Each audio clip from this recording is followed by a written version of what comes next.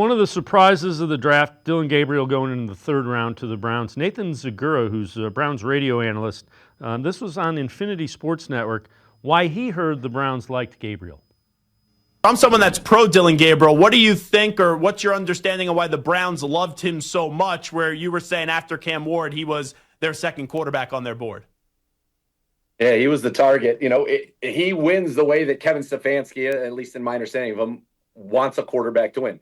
Great decision maker, accurate from the pocket, can throw on the move in both directions. He's very tough. They love his pocket movement. And one of the things that Kevin Stefanski told me was, we kept watching the tape. We kept being like, where does the height show up? Because that's the knock on him, right? If Dillon Gabriel's 6'3", he probably is the number 2 pick in this draft, to be perfectly honest with you, everything else being the same. He started more games than anybody in college football history, 63. In 3 different programs, he's had seasons where he's thrown for 30 touchdowns with 6 or fewer interceptions. He's thrown more touchdowns than anybody in the history of the FBS. He's played a lot of football. He's very mature. And while a lot of people talk about the pre-draft process of Shedeur Sanders, you can ask a lot of people around the league, and I've heard this from quarterback coaches on other teams as well. He had the best pre-draft process of anybody. Just mature, gets it, so good on the whiteboard, completely understands the concepts, understands the playbook, understands what he is being asked to do in the offense. And so they saw a guy that they thought could be a very efficient ball distributor and operator of their operation and of their offense, and think that what he excels at is what this system requires a quarterback to excel at. How did you have Dillon Gabriel ranked? The more I hear about him, I'm like, okay, I understand why they took him.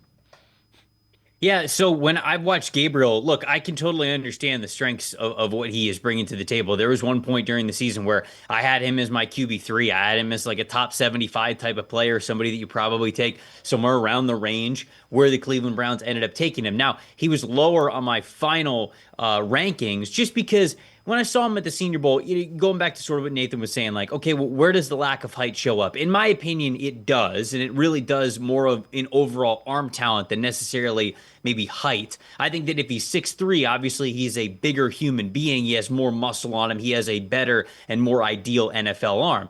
Now, when the areas where he struggles, in my opinion, is sort of what I saw when I watched him in person at the Senior Bowl down in Mobile. It was the red zone drills, and it was when defenses made him flush to his right. Because remember, he's a left-handed quarterback, so flushing to his right, he struggled in both of those areas just because if he didn't have that clean platform to throw off of, really get the most out of his lower body all the way through his throwing motion, you really started to see the velocity dip on his passes. And when you are bigger, when you are 6'3", 6'4", 6'5", the NFL doesn't hold those as thresholds for quarterbacks just because they like tall guys, right? I mean, like, it's not a dating pool necessarily. They're doing that because you have more muscle on your body. And when you have that, it makes it more ideal for you to attempt passes maybe when you can't. When you're pressured in the NFL, you might not have your feet exactly where you want to. They might not always be right underneath you. You might not be able to throw the ball exactly the way that you're used to. Sometimes you got to sidearm it. Sometimes you got to get rid of it quick. And when you have more muscle, you could still put on the velocity that you need to complete those passes. For Dillon Gabriel, it's just not as much of a margin for error. It's a very thin margin for error, in my opinion. And so I can totally understand why any NFL team, the Browns included, like Dillon Gabriel, because between the 20s, I mean, he had some of the cleanest quarterback work of any quarterback in this class. Even going back to last year, he would have been in that conversation with some of those top guys. He understands the game very, very well, and I think his resume reflects that. It's just a matter of, do you believe that he is physically gifted enough to be a difference maker and somebody that could win week to week in this league?